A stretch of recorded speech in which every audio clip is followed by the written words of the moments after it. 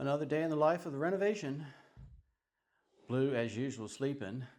Barbie, as usual, is working at her desk. And then, so here's some of the latest. Do a quick walkthrough. The kitchen is coming along. We've had to open up another trench to, this is a waste and water inlet line for the island. That's coming along. Back here slaving away, it comes all the way through. Yeah. This is a plumier, how do you say it? Plumier, Danny? You mind being on the video? I'll edit you out if you don't want to be. Okay. I'm doing a little, you know, as we move along video. Yeah. So this is gonna punch through to the new fosse. Oh good, you found my 6-foot level. And it's all coming along. Yep, he's getting the fall for the waistline. And me, I'm out back. So the fosse, we're gonna get a fosse, which is the septic tank. And a propane tank. We're gonna have the propane tank buried somewhere along here.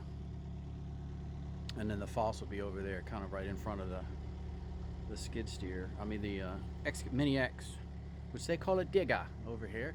That's a digger, and that's a pecker.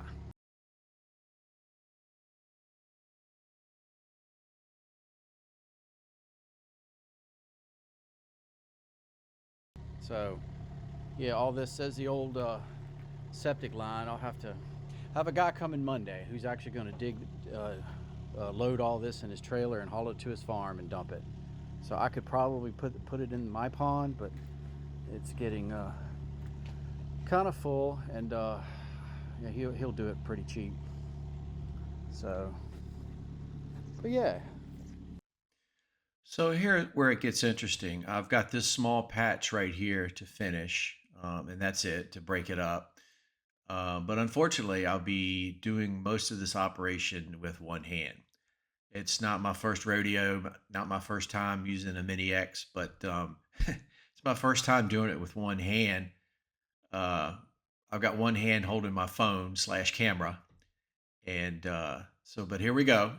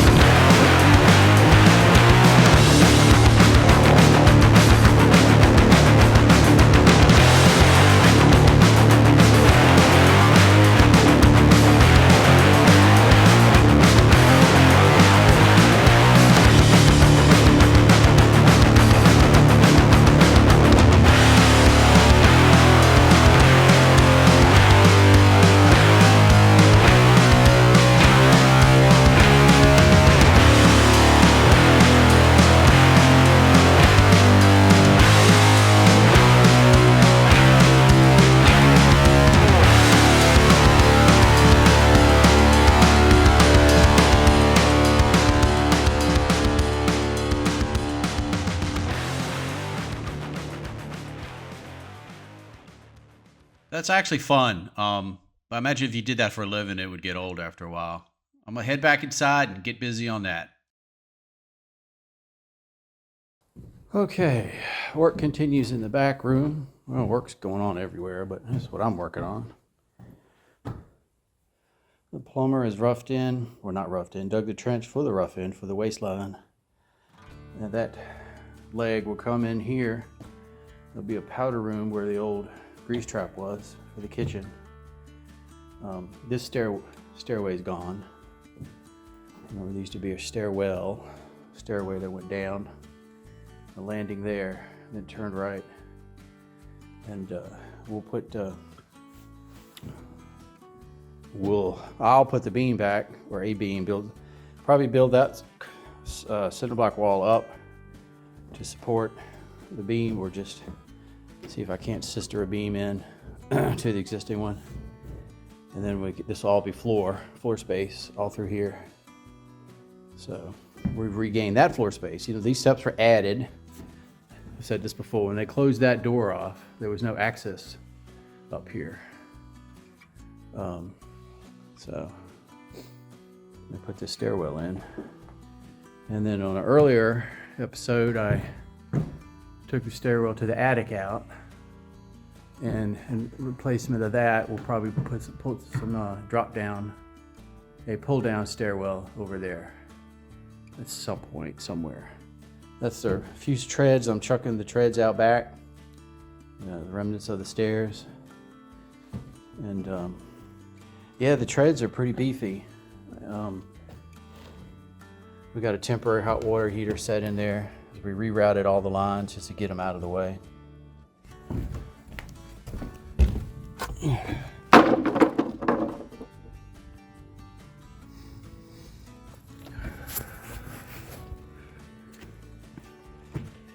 So over here we got we added to try to get that moat, that ditch to dry out. That's the old, all the drain pipes went out into that ditch, and so the plumber and I constructed the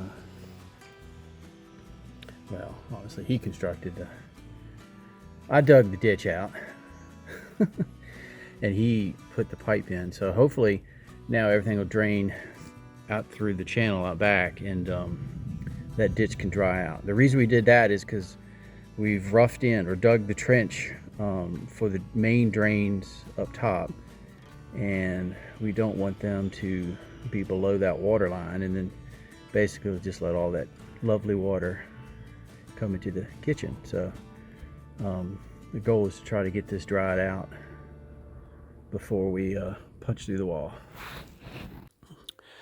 So this is the stair tread that I'd taken out, which was added after they closed off the second floor.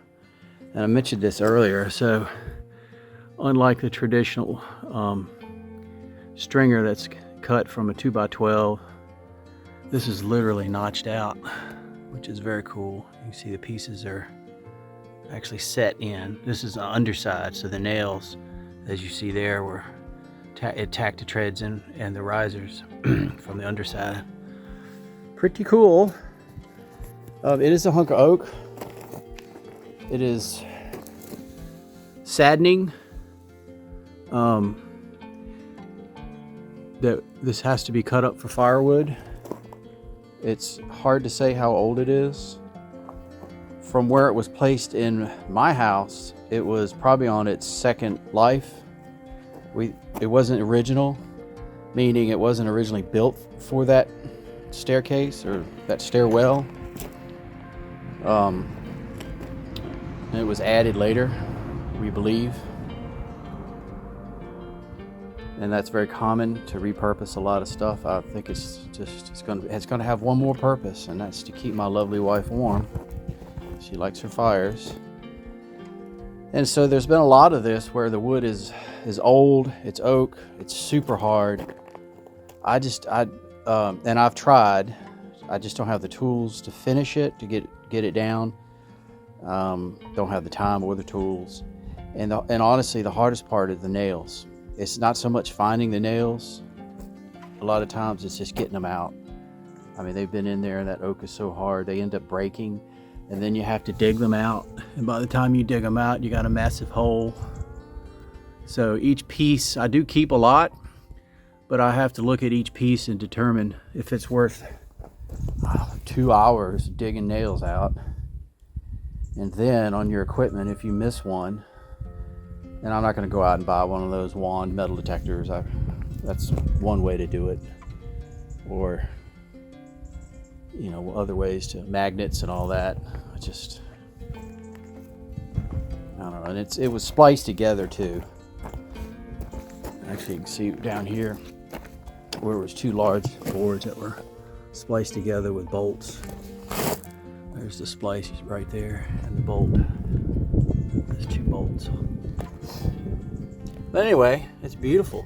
I mean, even just, this is the underside of it, so it's somewhat protected, but you can see the grain, and it's beautiful. The woodworm still gets the old oak too. That's all woodworm damage. We have more than termites that eat wood here. You've got termites, the woodworm, and the Capricorn beetle, which is huge and puts big, huge tunnels. You could fit about the size of a pencil. Kind of like our carpenter bee, just big hole. But they'll keep running up the length of, if they'll get into some soft wood, they'll just run the whole length of it. So anyhow, this will burn good. So it's got one more use. Thank goodness. I haven't even captured what we have a gentleman who's been doing the this is all rough in for the outside render. I chipped away all of the cement render, which was that doesn't let the house breathe. This is actually lime render, so yeah, it'll let it breathe. And this, I think he's got one more coat over this. You know, that this window is added, so they just cast a beam. It was a cast cement beam, which was hideous. So again, this is roughed in. We'll finish dressing it, but we put just a flat board up there, boxed it in to make it look like it was a huge beam supporting the header, or not supporting the header, being the header. So yeah, all little coming along, but that's the only real stone. Everything else is rubble. So the corners, windows, doors were stone. This window is of course added. That's a cement casting, and we're not replacing the windows. We're actually just putting new glass in them, and so this is nice work. So we got double pane glass now, and it's the old window, which this one wasn't terribly old, to be honest. This could have been like a 1960s, 1970s window, but the others are definitely done. More of the render patching, getting ready for the final coat, a scratch coat, I think. But all those windows have been redone. All new double pane glass at a fraction of the cost. Just pop the route the glass out. The mullions or muttons are obviously adhered on the face, so it's not true divided light, which is fine, but it's not true divided light, but it's insulation qualities, but it's still a bitch to clean because it's basically 6 panes. Whatever. It looks much better. We opted for white. I think that looks good. Still working on a solution for the front door, and then perennial nap time for this young man. He's off today. He's not supervising. What's up, buddy? And we're thinking about refurbishing these at first, but these are the shutters. Keeping the old hardware, which is pretty cool. But we'll probably keep the hardware, but probably just go with new shutters. Yeah, that's kind of some of the work that I've neglected to show outside. This has been going on for a while. The biggest thing was getting off all the old cement render. There's a little bit left here. And according to my wet work guy, the bricklayer who was doing this, he said this looked like some sort of a thin set for tile. They just probably grabbed a bag or whatever and threw it up there. But it was already spalling off at the top. So this now breathes better, so it'll hopefully be a much better finish in the long run. There's Miss Barbie out in the garden. Bonjour, madame. How's it going? She's got her little she shed. This is fall season, so we're cleaning up the she shed. She shed ready for the season, all cleaned up. The cool season. We can sit outside and enjoy the cool afternoon. Alright, that's about it. So the fig tree took a hit, lost a limb or two with the storm. So we're going to go ahead and have it removed. I've got a guy here who's taking out some concrete, and I asked him, he might as well go ahead and do it because it's cheaper to pay him than to rent a excavator myself. So I do know that figs are heavy root system, so we'll see how he does. He's a highly experienced operator. I've been watching him for a little bit. He definitely knows what he's doing.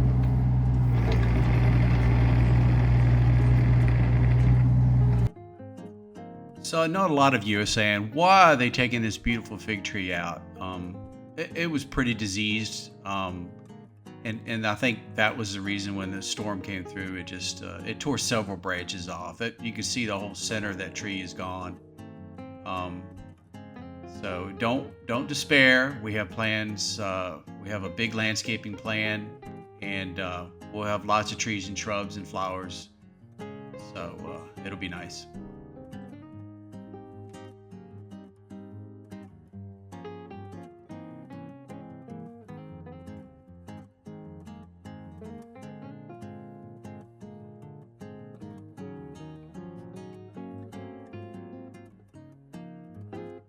As always, thank you for watching. We'll see you next time.